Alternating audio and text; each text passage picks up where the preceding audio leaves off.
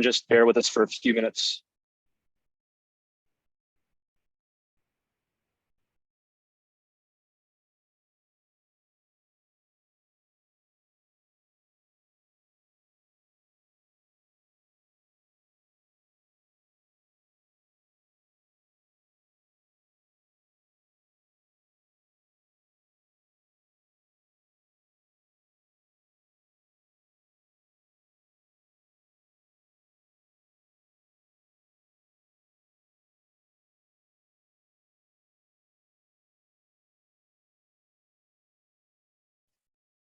No, I'll pull up the PowerPoint in a second, but 5:02, we'll let Scott and Katie kick it off. Sounds good. Hi, everyone, and welcome to the second town hall meeting hosted by Scott and I, and including Nordiq Canada operations staff. Yeah, if you haven't been to these before, if you haven't watched them on YouTube, this is just to increase communication with the athletes and the Nordiq Canada operations staff. And each meeting is going to have a little bit of a feature. And for this meeting, we'll have Julie talking about the ski playground, instructor stream, a bunch of stuff for development update. Kate's going to have a para update, and then Chris Jeff will have the National Ski Team Olympic stream update and the 2022-2023 NST trip criteria, and then we'll have time.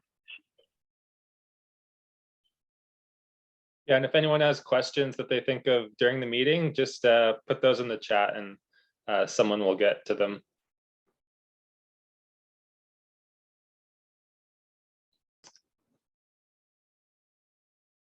We're just waiting for the screen to load. And again, guys, we apologize for the background noise. We're not in an area that has really good Wi-Fi, so we're having to do this outside.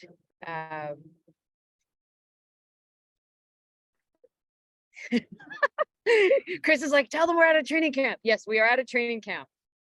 As Mark Gorenz, who is with us, can attest to, we are at a training camp and there is zero Wi-Fi in the hotel. So we're sitting outside of Starbucks, stealing some internet, which is also why the screen is taking forever to load.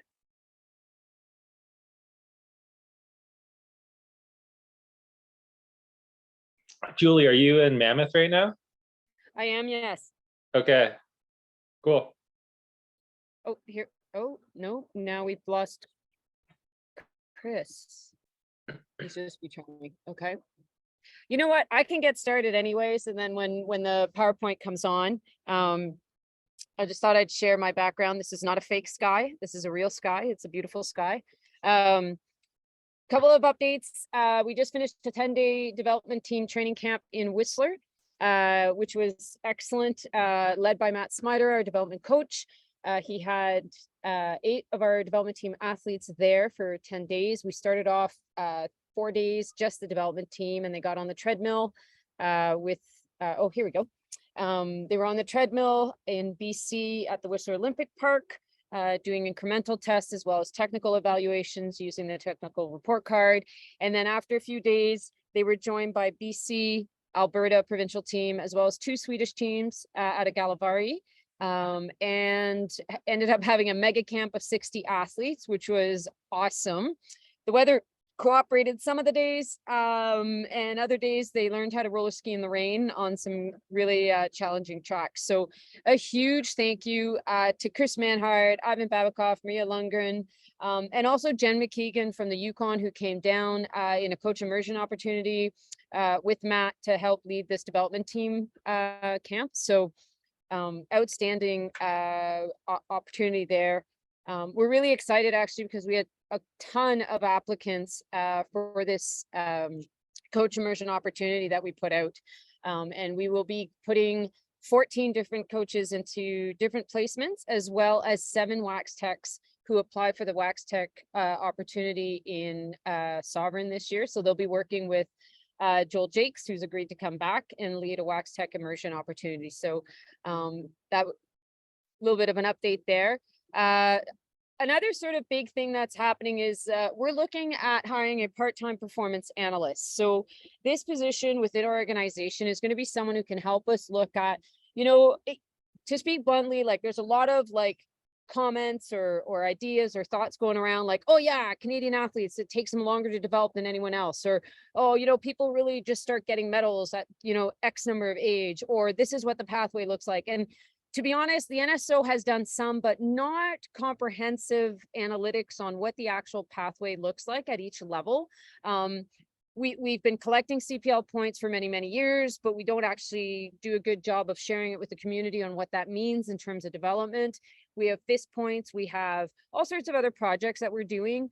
And everyone's been hearing about this gold medal profile and what the metrics are and ski speeds and all that sort of thing. So one of the things we're trying to do is put this all together into some very clear, very useful metrics that we can build things like.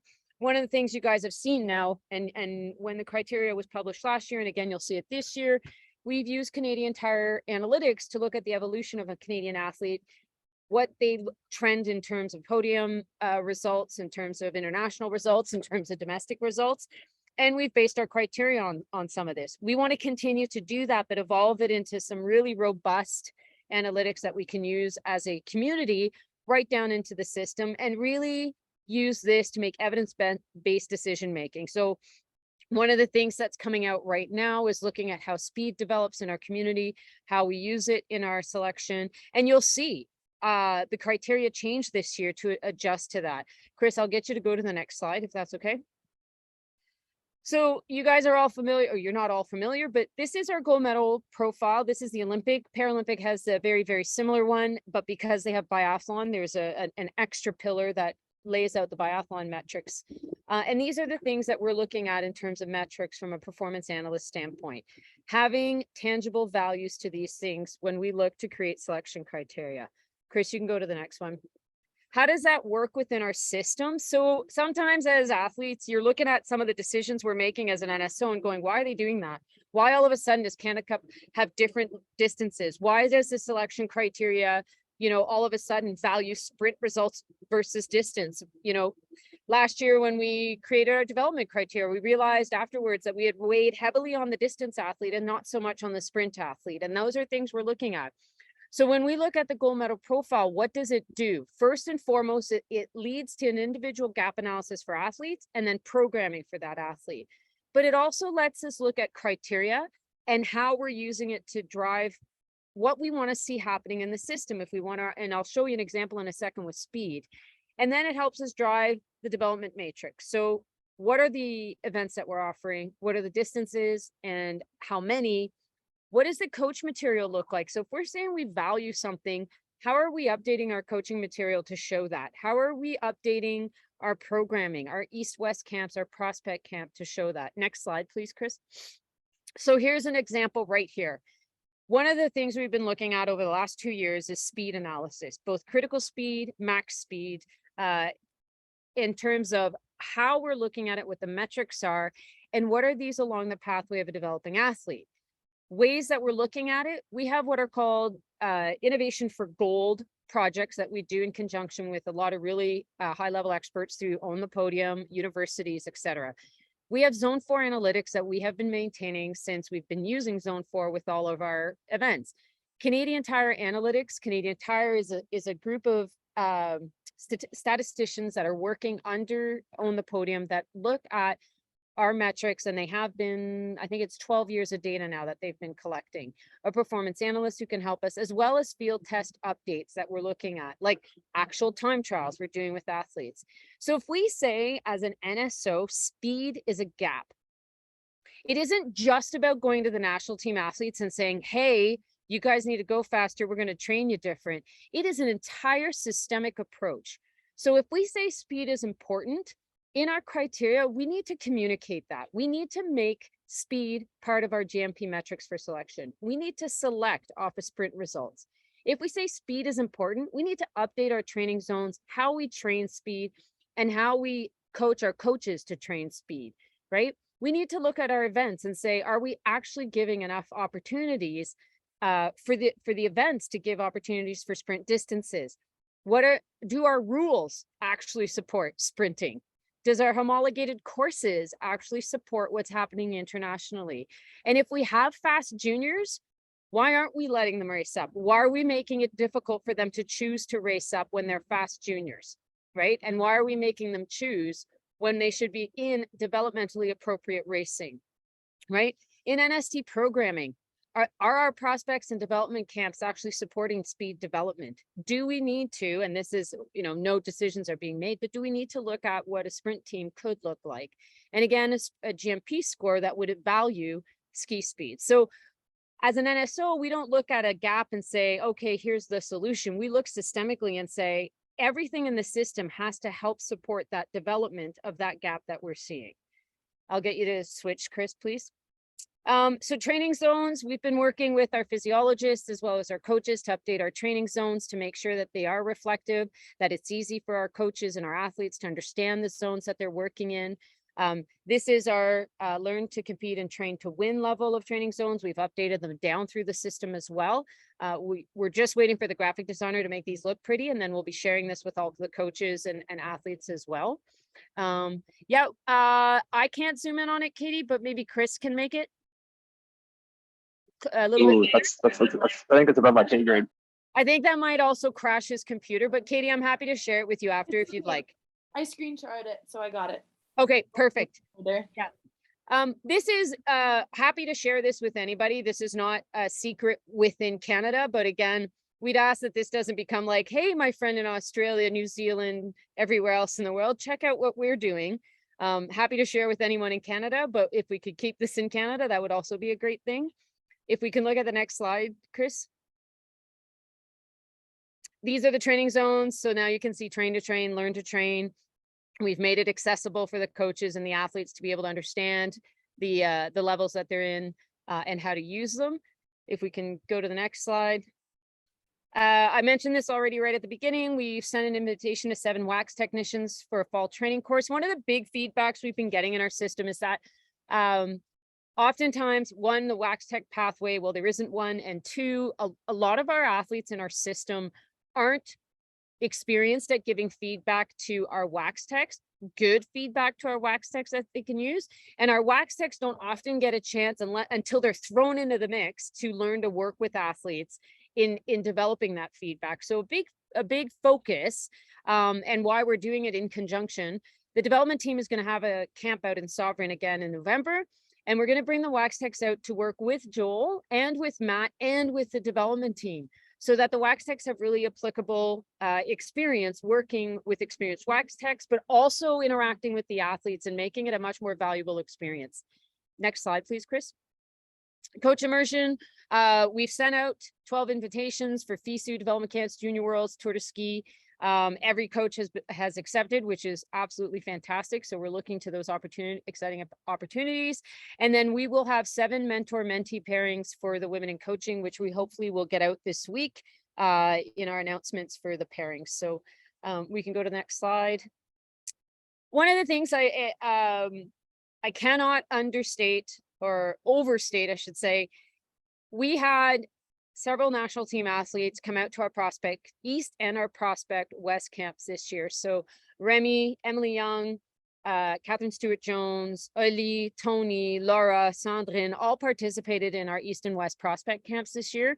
The overwhelming feedback from the young athletes, and that was like the U17, U18 or U16 sort of age group, was it was absolutely fantastic to have those athletes in the camps to be able to talk about current real-time experiences that they're having. And just that impact was huge. So, and I thank them all last night again for this and encourage any national team or senior level athlete that's interested in doing these to send me an email. We're looking obviously to next year, to more camps next year and involvement from our senior team athletes or even senior level athletes that are interested in becoming part of those camps would be absolutely fantastic. Chris, next slide. Just events, the event calendar is up. Got an email from Brian Fish from the US the other day. It sounds like there's going to be quite the contingency coming up to Sovereign this year, and probably out to Mont-Saint-Anne or Naugatuck, sorry, for the Easterns as well. So there'll be a nice immersion of US athletes in the East and the West this year, which is great. Criteria for trips will be coming out shortly, but I'll let Chris talk to that. And then our FIS meetings are starting next week. Chris will be going as our Nordiq Canada representative to that. And hopefully when he gets back, what are the updates in the next town hall will be some of those rules, distances, etc., changes that are coming down the line. Next slide, Chris. Next slide. That's the instructor stream, which we can just skip for the moment. Again, we can skip that. All right, I'm done. Thank you, everyone. If you have any questions, happy to answer them. You know how to reach me, and I apologize again for the background. Bam, Julie in 30 seconds. Thanks, Julie. It certainly speaks to the breadth of everything that you have in your portfolio. I don't have as many slides as Julie, but from a Power Nordic update, Chris, you can go to the next one. I guess looking ahead to the season as it approaches from a competitive standpoint, certainly we've had really great camps so far. The team is down in Mammoth with everybody else, and it looks like spectacular weather and excellent training down there. That's a usual camp for us, so happy to be back down there and putting in the good work down there. New staff are in place, and we are just finishing up the shooting coach offer, so that should be coming out very soon. But of course, it creates a new era for the program. A lot of familiar faces, like we spoke to in the last town hall, but you know, just shifts in people taking on new roles and responsibilities and figuring out that new dance of things. And just the learning curve that comes along with anything new. But it is a super exciting time for the team and for the staff involved. Another big shift for us is that Pair is falling under the FIS family. Although things currently seem to be the same in terms of how we are registering for licenses and events and classification, there's a lot of unknowns as well. So you know, we've had our World Championships shift earlier in the season, and the event that was in that place moved just before it, and nothing happening on the Pair side of things backwards. Yeah, so our schedule is, we believe, firmed, but there's just a lot of questions coming from FIS and some things to sort out. But licensing, for example, although we're part of FIS, the licensing still has to happen through the Nordiq program. And I don't know if the two are the same or if they will be different. There seems to be lots of slides moving around, so I'll just continue on. In terms of competitions, criteria is also very close to coming out. Just as a heads up, World Cup qualifications will happen in Canmore in November, in aligned with our development camp that we have annually. That will qualify folks into the World Cup. The Finland World Cup is the first one in December, and that will be our qualifying standard for the World Championship. So meeting certain criteria for moving forward into the World Championships, which are being hosted in Östersund. The last World Cup will be in Soldier Hollow. It overlaps with things like Canada Games. And so that will be predominantly focused on the PNST, the National Ski Team, and development athletes in terms of criteria for that. And now to this slide, just in terms of development opportunities for athletes coming up through the ranks. Nish has offered a number of camps over the summer and fall. He's been to Kimberley, Whistler, Sudbury. He's supposed to be heading to Quebec. And then we have our annual camp out here in November. Again, we'll have classification offered, and we're looking to host community coaching for athletes with a disability course around that time as well. So that will all, it's a lot that happens on that weekend between classification, the camp, and the time trials for the World Cup. but it's a regular event for us. We have been working with Julie in terms of integrating para programs and para racing into a number of the events this winter, and so we're looking forward to that. Canada Games is in PEI, and hopefully the trails haven't been too badly hit back home in PEI. We'll look for some updates on that in the next little bit. Allocations for that, every province and territory gets one standing, one sitting, male and female. So 4 total athletes is what they're initially allocated. Then we go into something called the reallocations. And what we'll aim to do is fill categories that have smaller numbers. So if there's only, say, 4 athletes, 4 female athletes standing that have been nominated from the different provinces, we would try to fill that up to the 8 allocated spots first, and then we'll go through and just try to fill with as many athletes as possible. But first and foremost, we want to try to make sure that we have good competitive fields in each of the categories. US Nationals for developing athletes is also an option. There'll be a US Nationals in Soldier Hollow, beginning of January, which is another great opportunity and stepping stone for athletes that are coming up through the ranks. But those are the big things that are coming up. I know we're hosting these town halls every month, so I don't want to get too far down things, but these are some critical things for people to be aware of coming up in the next month.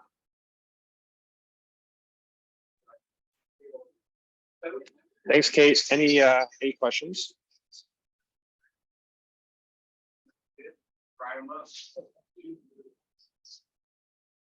Okay. Anyways, thanks everybody for coming today. Again, our apologies for the Starbucks setting for our town hall. We are at a training camp currently in Mammoth, California, and that's kind of where I want to start is just a little brief update on NST programming currently. We're getting close to halfway through our main fall training camp in Mammoth Lakes. It's a 3-week camp for many of our athletes where we have a lot of exposure to altitude training. And one of the cool things with last year and this year is that this camp is a joint camp between both the para program and the Olympic program. And I think it's a really positive step forward for our NST programming to have this alignment and to allow athletes and coaches to work in the same environment together to support our programming. This will consistently be one of our flagship camps for the years going forward as we build into 2026 and 2030. As it kind of sets that last foundational piece for our athletes' physiology as we go into the winter and the racing season. And then after this camp is over, athletes will go back to their home training environments, their daily training environments, where they'll have some recovery time and then use this altitude block and towards another intensity period and some early season competitions as they get ready for the racing season, which for many of our national team athletes will start in Scandinavia with our Next Gen Tour led by Eric Denise, which will run from November 4th to 18th in northern Finland. And this was a competition trip we did last year for the first time. It's an opportunity for athletes not only to get valuable time on snow, but to get a couple extra weekends of racing early season against quality fields, and to work on their ski racing skills without the pressure of trying to qualify for things, just to race. And that's something that's been missing in our system for a number of years is these development tour opportunities. We also had a similar tour last year with our junior B tour in the US. So these are the types of tours that we'll be looking to incorporate into our national ski team programming as well in the coming years. And then after that, it'll be basically right on to racing season.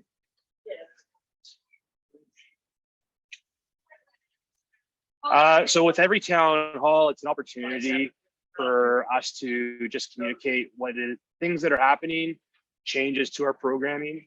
I think in the past we haven't done a great job of communicating those changes, and we know what's going on, but it's important that everybody else does as well.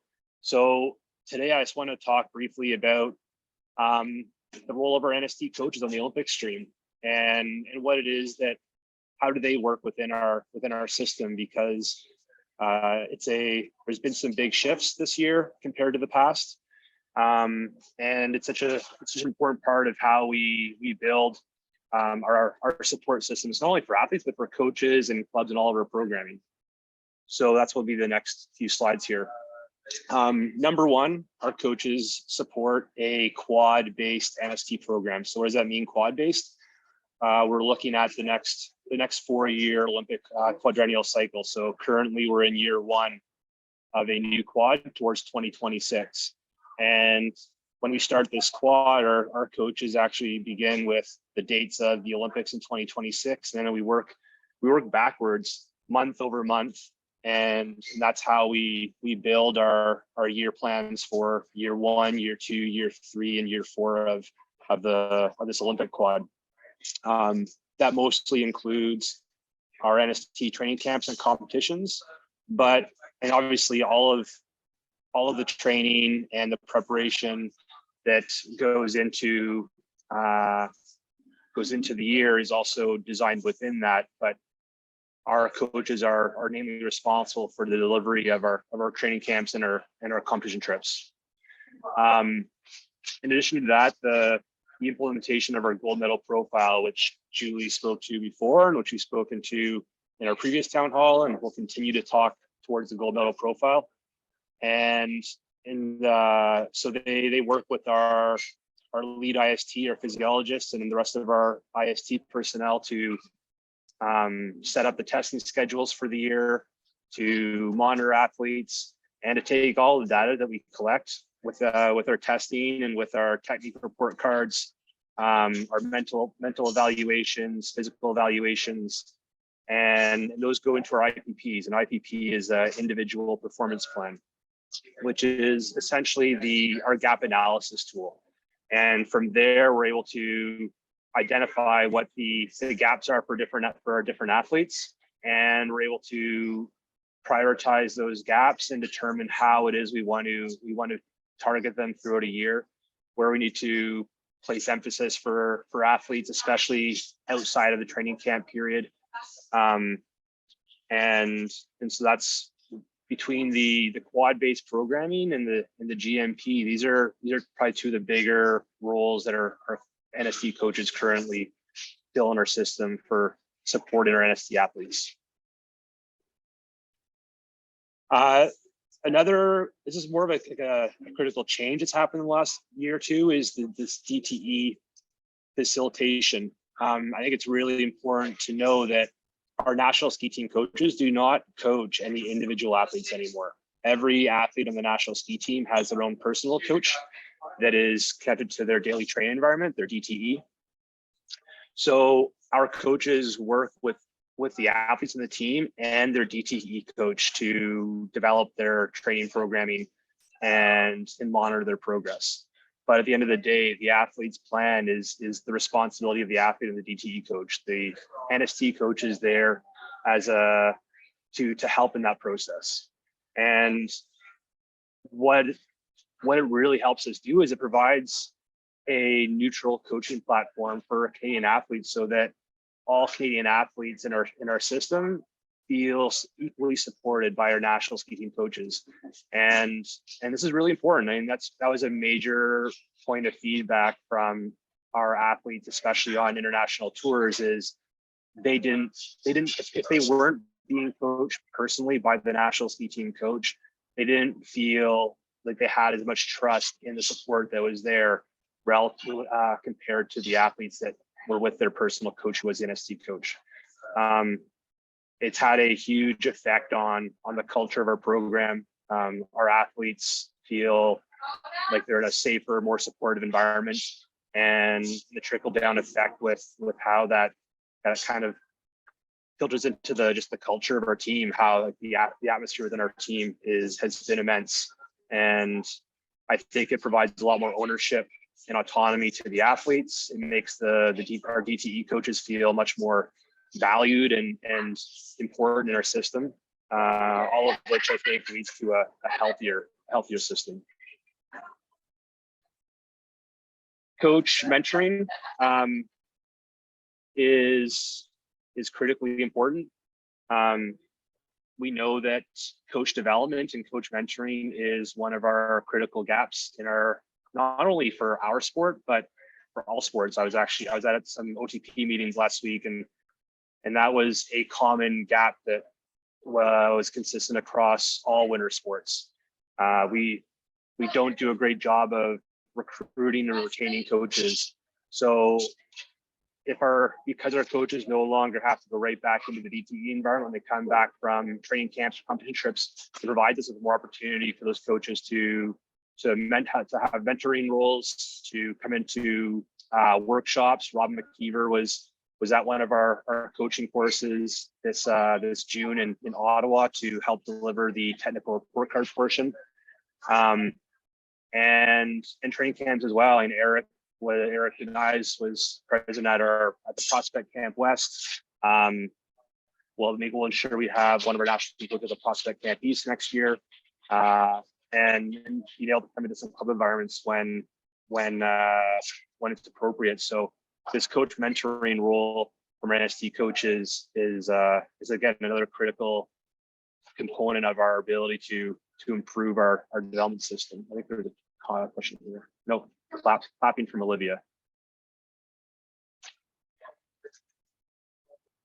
And then DTE visitations. So because our coaches have more time in between camps and competition trips, they can go into various DTEs across the country. Robin McKeever visited the Pierre Hardy Training Center for a week in June during one of their testing blocks and got to work with the athletes in their home environment, connect with the coaches and their IHP. Robin also visited the Thunder Bay Training Center and attended their training camp in July, where there were also some Ontario ski team athletes present. Both Eric and Robin participated in parts of the Academy's camp in Revelstoke in June. And then this fall, for the first time, Eric and I did a trip out east and visited all of the NCAA schools in New England where our NST athletes currently reside. So the University of Vermont, New Hampshire, Dartmouth, and Harvard. And it's the first time we've had any Canadian coach representative go into those environments and meet the coaches, see the programming.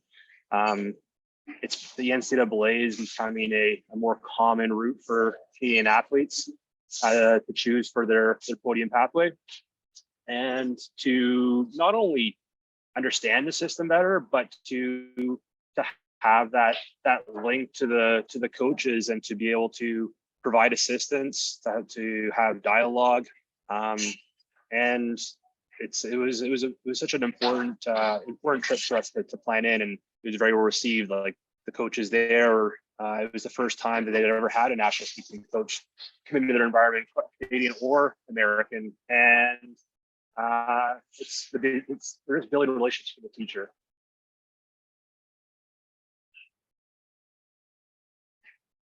So those are kind of the highlights that I wanted to cover with the current role of our NST coaches on the Olympic stream.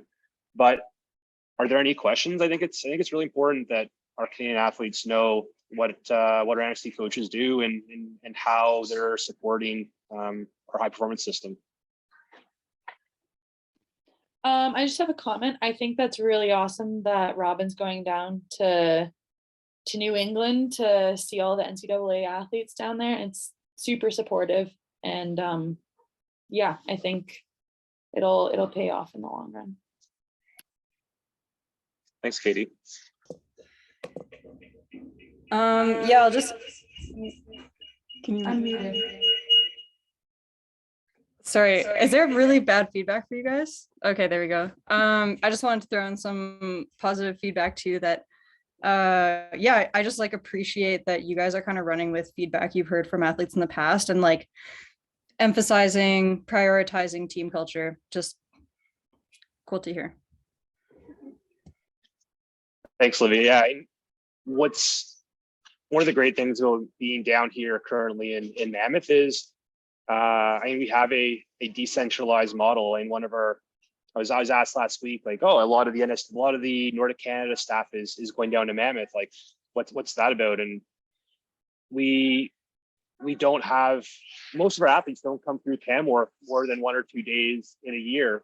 And so we don't have those opportunities to be in the field with the team and to see how the team is operating, to be able to pick up on those little cultural aspects, to see how the coaches are operating in the field, to meet with the DTE or IST practitioners who are here. And even just the very first morning I was here watching the athletes training, seeing how they're working together, talking to our physio, Greg Redmond, who was here with the team for a couple of weeks, seeing Robin out with the group, joining for the roller ski and working on technique with athletes. Like, I've been part of this national ski team system for a long time. I feel like we're on a new path, and it's a really positive path, and I'm really excited about it. The athlete feedback so far has been great, and we'll continue to work to move the bar and support our athletes really well, and our coaches. Okay, so next up, selection criteria. I'm sure a couple of you were probably hoping we would talk about the criteria today. That was actually our intention, but we only just got the selection criteria back yesterday from translation so we have the document both French and English. And I only thought it would be appropriate for us to talk about criteria if people had time to read through the criteria. So what we're going to do is the trip criteria for next year, which will include FISU World University Games, World Juniors and U23 Ski Championships, World Cup trips and World Ski Championships will be posted to the website tomorrow. We will then organize a webinar at the beginning of October, specifically to go through selection criteria. The NST criteria, so our criteria that nominates athletes to the national ski team at the end of this year, is just about to come back from translation. That will be posted to our website by the end of the month, so towards the end of this next week. And that criteria will include our prospect program, so our prospect camps for next year, our development team, and a little bit of a new look senior sort of open team program where we'll have gold, silver, and bronze teams. I won't go more into it than that, but what I will say about selection criteria, and there's probably a couple of you that are frustrated that it's taken this long to come out, but our selection criteria, it's not just a document about who makes a trip and who makes a team. It's our national ski team program. It's what are we doing for the next 4 years, 8 years? How does it tie into our podium pathway? And we've actually been doing the last 2.5 months is redesigning and rebuilding and evaluating our national ski team program and how we operate. And every time we think we're close to the final draft, we ask more questions and challenge ourselves more on what we're doing or how we can do it better. So that being said, this has been a big project because we are onto a new path with our Olympic Stream program with a brand new staff. But going forward, it will become much more consistent year over year. The goal is also to not have a brand new criteria year to year, because we're trying to figure things out. Like, we want to do it right the first time, make some tweaks as we go, as we learn some lessons, get feedback. But this is the starting point for the next 4 to 8 years. So you have to be patient for another 24 hours for trip criteria and a couple more days for NST criteria. But I promise you, it will be out really, really soon, and we will have a dedicated webinar to discuss that. I just have a question, Chris. You were saying that there's gonna be gold, silver, bronze teams for, is that just for senior NST? So it replaces our senior team and next gen team programs. Okay. So there are juniors like Zaddy McKeever's a junior who's in our next gen program. So yeah, my question would be, would everyone on those teams be getting carding, or is there room for people that potentially don't get the carding criteria, but you think they should still be a part of the team, so they're on the bronze team for a senior? Katie, how about we talk about that when the criteria comes out? Okay, sounds good. There will be an additional carding criteria that the 4 criteria documents that come out. In addition, so the 2 additional criteria documents that come out are the Continental Cup criteria, which will also be posted as when it comes back from translation, and the athlete assistance program, so our carding criteria. And our carding criteria is tied to our NST criteria. Okay, sounds good.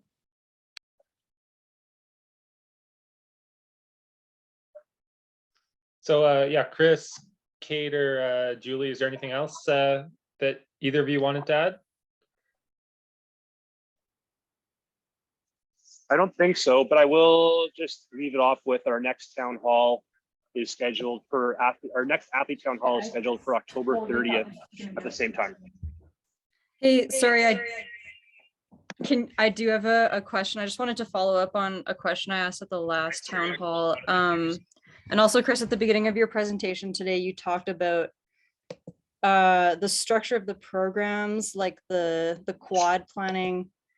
And yeah, I'm still curious about like what influences how you structure the system, the NST, like development stream or whatever, any of these goals, like even, yeah, taking apart this quad planning, like why have you identified quad planning as the best way to like structure that? Is it dependent on OTP funding? Like, are you influenced by funding you're getting from different places? And I'm just curious, like what's influencing that, and what, yeah, if we're like tied to anything specific. And so for I mean Nordiq Canada, sorry, that was not super understandable, but hopefully you get what I mean. No, I totally do. So when I talk about our quad based programming, that definitely is driven more by our senior and next gen programming. So our major funding partners, Sport Canada and on the Podium, their mandate is performances and success, podium performances and success at major championships, which is World Ski Championships, which happen every 2 years, and the Olympic Games, which happens every 4 years, with the major emphasis being on the Olympic Games. So if we don't build a quad plan towards an Olympic Games, then we are kind of wandering aimlessly year over year without actually being able to get to that targeted goal.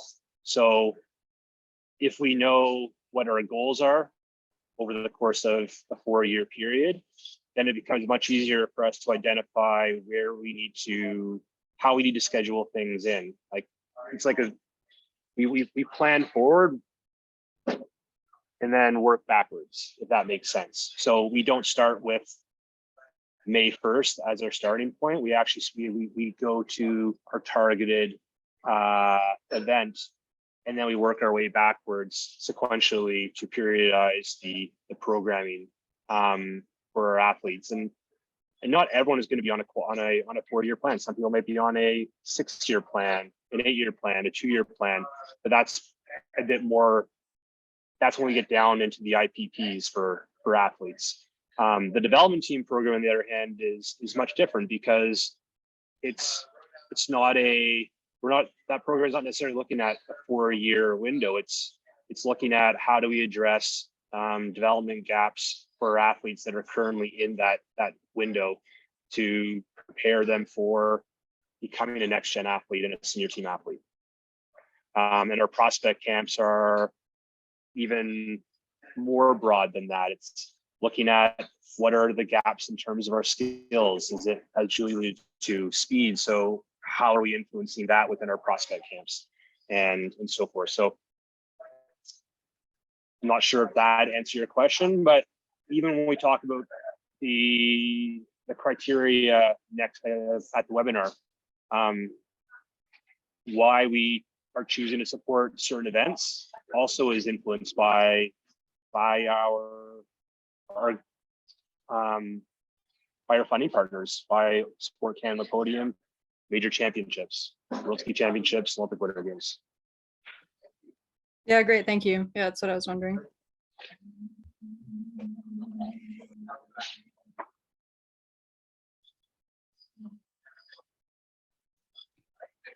Does anyone else have any other questions for Chris, Julie, Kate, or even myself or Katie?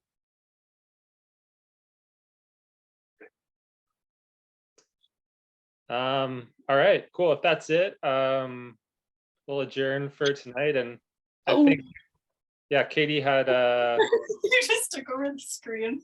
Okay, one more thing. Sorry, there's one more thing that I want to mention. I know there's not a lot of people tuning in right now, but hopefully some people will get the message. You can tell your teammates. We're going to have an election for male athlete rep in March at national. So Scott's term's going to be over. You get that term for 2 weeks. Yeah, Chris, can you mute for a second? Maybe. Okay, cool. Yeah, so that's an excellent opportunity to get some experience on the Nordiq Canada board. And your position is you're basically the communication point for athletes. And we get to talk with, like I'll chat with Chris and Julie often about questions that I have and concerns from the athletes. And you're supposed to deliver information between the athletes and the board. Really exciting. We're having our AGM in PEI, so you get a free trip out there. And we usually have meetings in person about twice a year. And those are usually in either Ottawa, Canmore, Montreal. You get to see the country, which is awesome. And it looks super good on a resume. So yeah, you guys should think about it if you're a man. Thanks, Katie. I just have one more last thing to say before we do sign off. One, for homework for everybody who's on this call, please bring 3 friends next time. And also, the town halls get posted to our Nordiq Canada YouTube page. We did have 80 views for our athlete town hall in the last month. So hopefully people are able to watch it there as well if they happen to miss it and want some information. And thank you very much for being able to be here.